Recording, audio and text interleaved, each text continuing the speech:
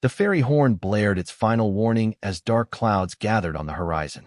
Alex checked his watch nervously, quickening his pace along the weathered boardwalk. The small coastal town of Port Haven had seemed like the perfect weekend getaway, a chance to clear his head and find some inspiration for his upcoming design project. Now, as the wind picked up and scattered fallen leaves across the wooden planks beneath his feet, he wondered if he'd made a terrible mistake. The weather forecast had mentioned a possible storm, but nothing like the ominous wall of clouds now approaching from the sea. The ferry terminal was bustling with unusual activity when Alex arrived, breathless and clutching his weekend bag. Locals and tourists alike crowded around the ticket counter, voices raised in concern. "What do you mean it's the last ferry?" someone demanded. "I have reservations on the mainland." Alex pushed his way forward, heart sinking as he heard the ticket agent's response. "I'm sorry, folks, but the Coast Guard has issued a warning. Storm surge expected to hit in the next few hours. Captain's orders. This is the last ferry until the system passes." The agent's voice was apologetic but firm. "Should be back running by tomorrow afternoon if the forecast holds." Alex glanced at his return ticket, scheduled for Sunday evening, 2 days from now. He should be fine, he reasoned, as long as the storm passed quickly. Still, the news was unsettling.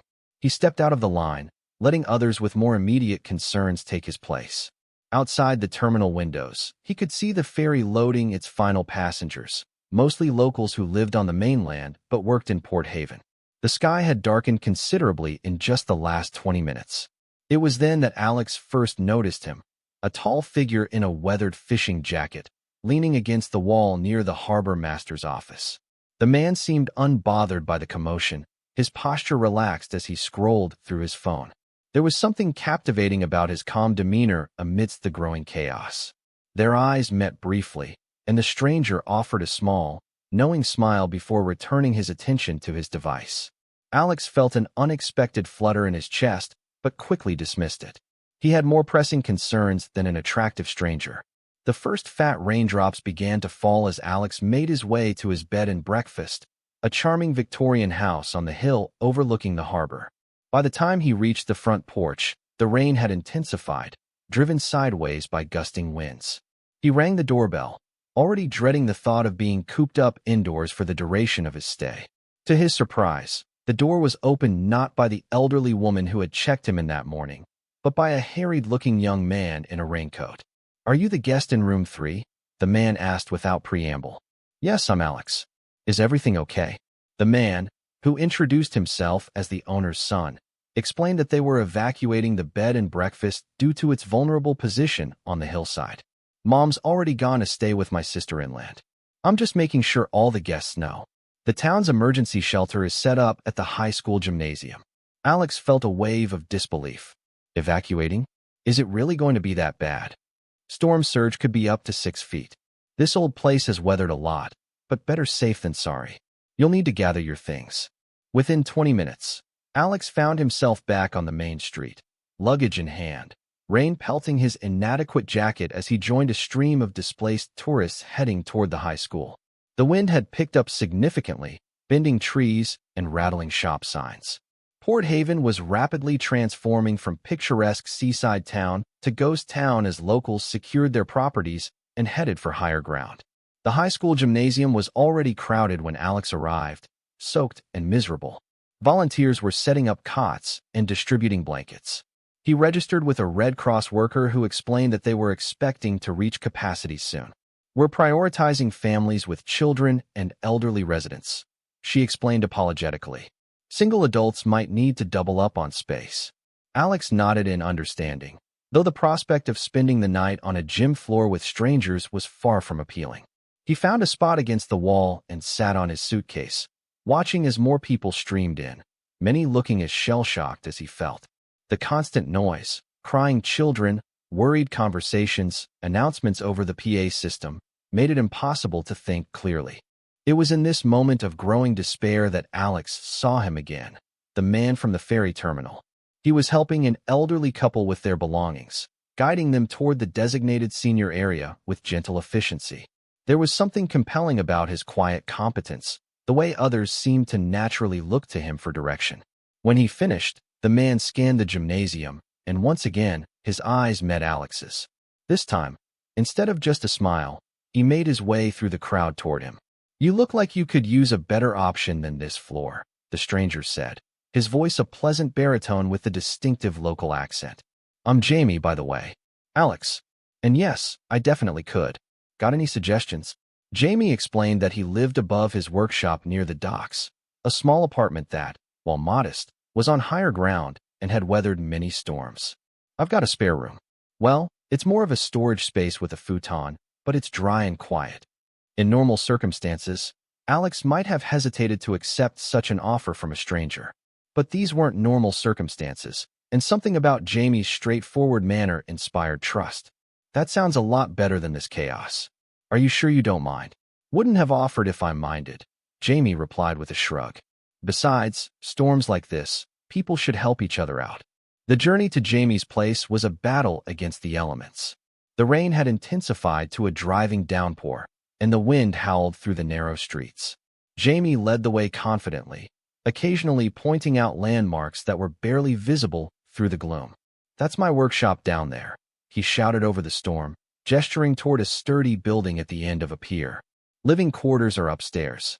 As they approached, Alex realized that Jamie's workshop was actually a boat repair business, with a small apartment above it. The entire structure stood on reinforced pilings over the water, which was already churning ominously below. "Are you sure this is safe?" Alex called out, eyeing the angry waves. "Built to withstand worse than this," Jamie assured him. "My grandfather put these pilings in 60 years ago. They've never budged." The interior of Jamie's apartment was surprisingly cozy. A single open space with a kitchenette along one wall, a living area with a worn but comfortable-looking sofa, and doors leading to what Alex presumed were the bedroom and bathroom.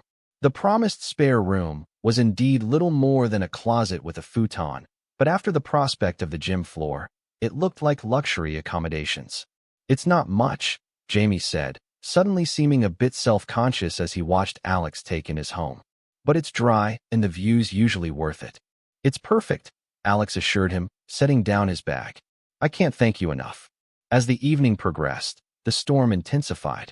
The wind howled around the building, occasionally causing the structure to creak and groan. Rain lashed against the windows with such force that conversation required raised voices.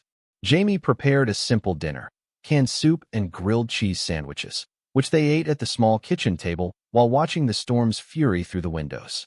"So what brings you to Port Haven in October?" Jamie asked, pushing his empty bowl aside. "Not exactly tourist season." Alex explained about his work as a graphic designer, how he'd been feeling creatively blocked in the city and had hoped the change of scenery might help. "I design book covers mostly, and I've got this big project due next week, a series of maritime adventure novels. I thought being near the ocean might inspire me." "Well, you certainly got the adventure part," Jamie commented with a wry smile. "Though I'm guessing this isn't quite what you had in mind." Their conversation flowed easily, moving from work to hobbies to favorite films. Jamie spoke about growing up in Port Haven, learning boat repair from his grandfather, and eventually taking over the family business. "Never really thought about doing anything else," he admitted. "The sea gets in your blood." As night fell, the storm reached its peak. The power flickered once, twice, and then went out completely, plunging the apartment into darkness. "Hang on." Jamie's voice came from somewhere to Alex's right. A moment later, the warm glow of a battery-powered lantern illuminated his face as he set it on the table. "Always keep these handy during storm season." The loss of electricity changed the atmosphere in the small apartment. Without the background hum of appliances, and with only the lantern's glow creating a small circle of light, there was a new intimacy to their situation. Jamie rummaged through a drawer and produced a deck of cards. "Up for a game? Might as well pass the time."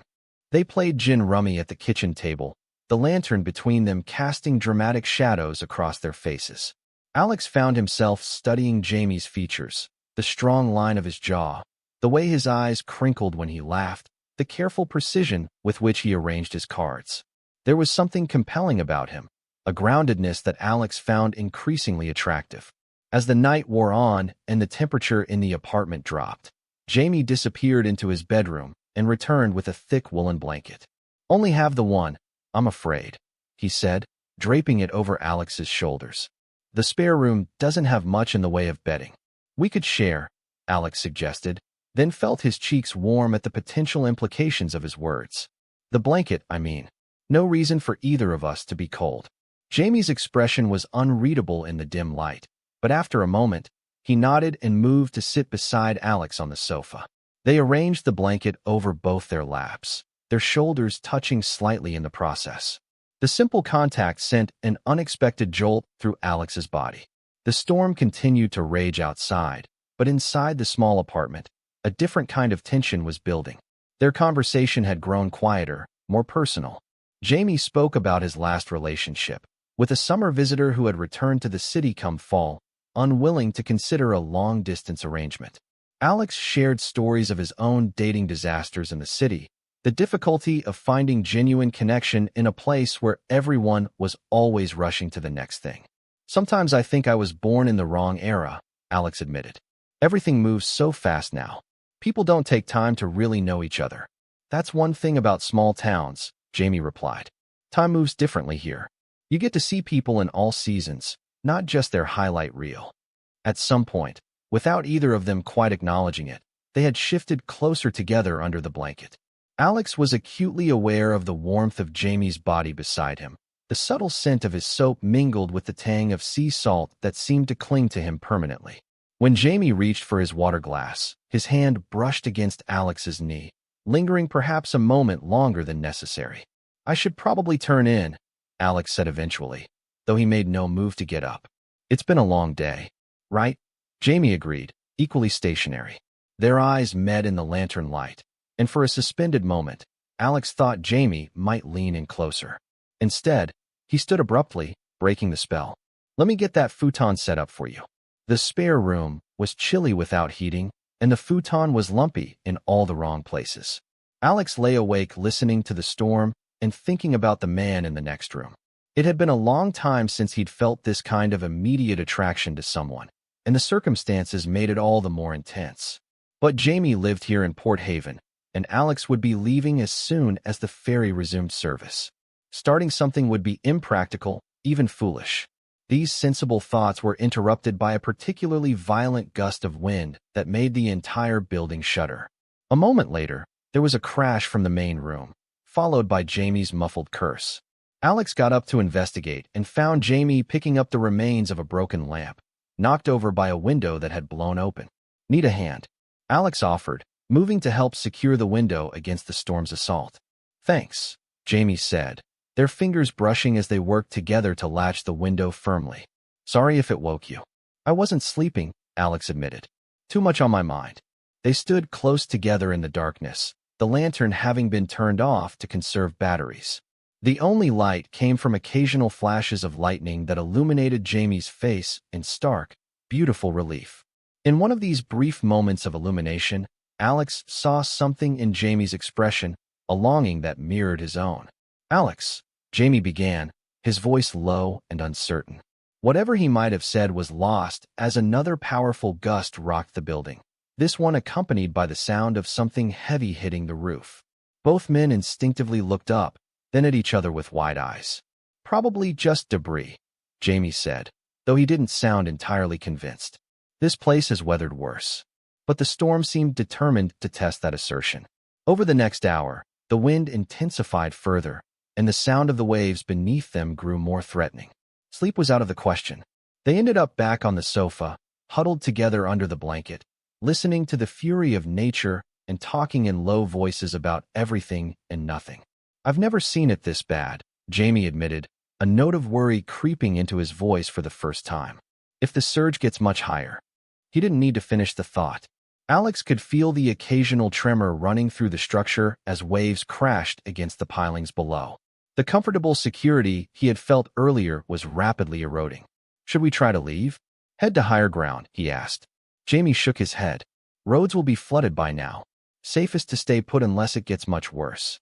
He hesitated, then added, I'm sorry I got you into this. Should have taken you to the shelter. Don't be ridiculous, Alex said firmly. I'm exactly where I want to be.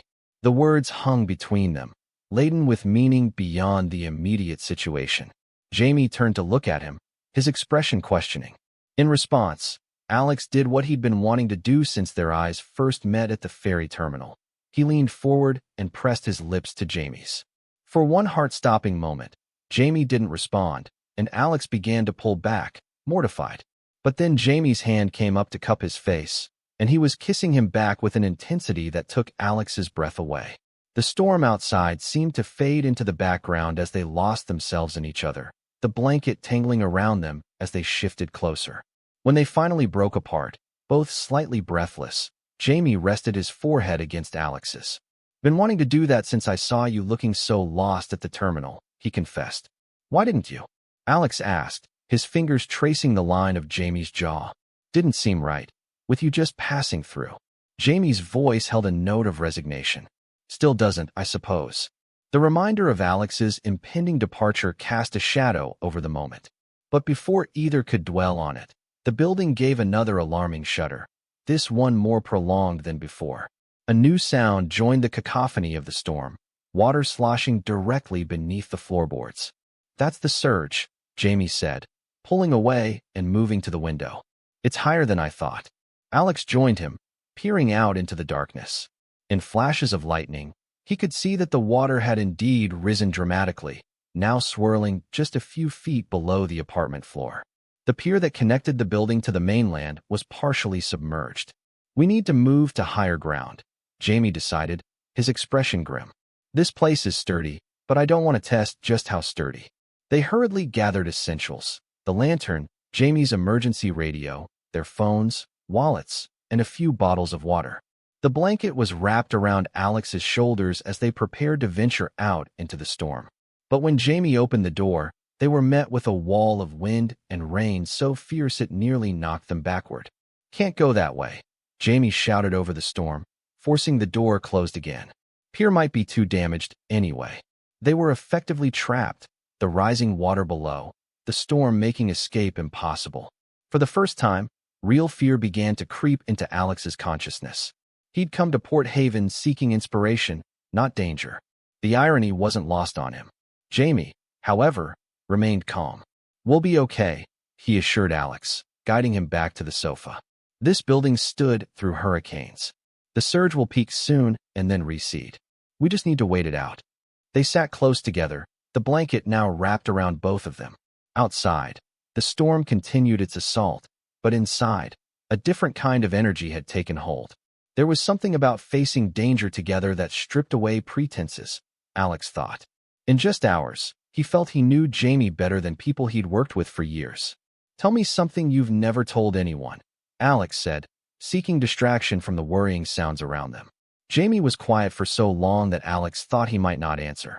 Then, softly, "I've thought about leaving Port Haven. Many times. But I never have the courage to actually do it." "What stops you?" "Fear, I guess. Fear of failing, of finding out I don't belong anywhere else either." Jamie's voice was barely audible over the storm. "What about you? Something you've never told anyone." Alex considered. "I'm lonely," he finally said. "In a city of millions, surrounded by friends and colleagues, and I'm desperately lonely." Jamie's arm tightened around him. "Not tonight, you're not." The simple statement, delivered with such certainty, broke something open in Alex's chest. He turned his face into Jamie's shoulder, overwhelmed by emotion he couldn't quite name. They stayed like that, holding each other as the storm raged, occasionally exchanging soft kisses that felt like anchors in the chaos. Sometime in the early hours of the morning, exhaustion finally overcame anxiety, and they fell asleep tangled together on the sofa, the blanket cocooning them against the cold. Alex's last conscious thought was that he'd never felt so simultaneously terrified and safe in his life. He woke to sunlight streaming through the windows and the distant sound of voices and machinery. The storm had passed. Jamie was already up, making coffee on a camping stove since the power was still out. He looked rumpled and tired but smiled when he saw Alex was awake. "Morning," he said, pouring a cup and bringing it over. "Storm's passed. They're already starting cleanup out there." Alex took the coffee gratefully and moved to the window. The scene outside was one of considerable damage. Debris scattered across what remained of the pier, boats tossed about like toys, buildings missing roofs. But the water had receded, and the sky was a clear, washed blue that seemed to mock the previous night's violence. Your place held up, Alex observed, noting with relief that while the pier had sustained damage, the building itself appeared intact. Told you, Jamie said, coming to stand beside him. Grandfather knew what he was doing. They sipped their coffee in companionable silence, watching the activity below as emergency crews and locals began the process of recovery. The ferry terminal was visible in the distance, obviously damaged but still standing. They're saying service might resume by tomorrow, Jamie said, nodding toward his radio. Once they've checked the docks and cleared the channel. Tomorrow. The word hung between them, a reminder that whatever had begun during the storm now faced its own kind of reckoning. Alex would return to the city, to deadlines and meetings, and his carefully constructed life. Jamie would stay here, repairing the damage to his workshop, continuing the rhythm of his days in Port Haven. About last night, Jamie began, setting down his cup. I understand if you want to chalk it up to the storm, the adrenaline. Alex turned to face him fully. Is that what you want to do? No, Jamie said simply. But I'm not the one leaving. The directness of his response was refreshing after the games Alex was used to in city dating. What if I didn't leave? He heard himself say. Or at least, not permanently. Jamie's expression was guarded. What are you saying? I'm saying I felt more alive last night, storm and all, than I have in years. I'm saying there's something here worth exploring. Alex gestured between them. I can work from anywhere. My lease is up in 2 months. Maybe I could come back. See if Port Haven has room for one more resident. Hope flickered across Jamie's face, quickly tempered by caution. That's a big decision to make based on one night. I'm not deciding now, Alex clarified. I'm just saying I want the chance to decide. To see if what I felt last night, what I'm still feeling this morning, is real. Jamie studied him for a long moment, then slowly smiled. I'd like that chance too. They spent the day helping with cleanup efforts, working alongside locals who accepted Alex's presence without question. By evening, exhausted but satisfied with their contribution, they returned to Jamie's apartment, where the power had been restored. The single blanket was no longer their only source of warmth, but they shared it anyway, talking late into the night about possibilities and plans. When the ferry service resumed the following afternoon, Alex boarded with mixed emotions. His weekend getaway had turned into something he could never have anticipated. As the boat pulled away from the dock, he watched Jamie's figure growing smaller, the man's hand raised in farewell. But it didn't feel like goodbye. It felt like the beginning of something. Back in the city, Alex threw himself into his work with renewed energy. The maritime novel covers practically designed themselves, inspired by his experiences. His colleagues commented on the change in him, the new spark in his eyes. He spoke to Jamie daily, their connection deepening despite the distance. 2 months later, when Alex's lease expired, he packed his essential belongings into his car and made the drive back to Port Haven. Jamie was waiting at the ferry terminal, just as he had promised. This time, when they embraced, there was no storm to force them together. Only the choice they had both made to see where this unexpected connection might lead. The small room above the dock became their shared space, the single blanket a reminder of where they had begun. And when winter storms lashed the coast, they would wrap themselves in it together, safe in the knowledge that some shelters, once found, need never be left behind. Total _char_count, 18,532.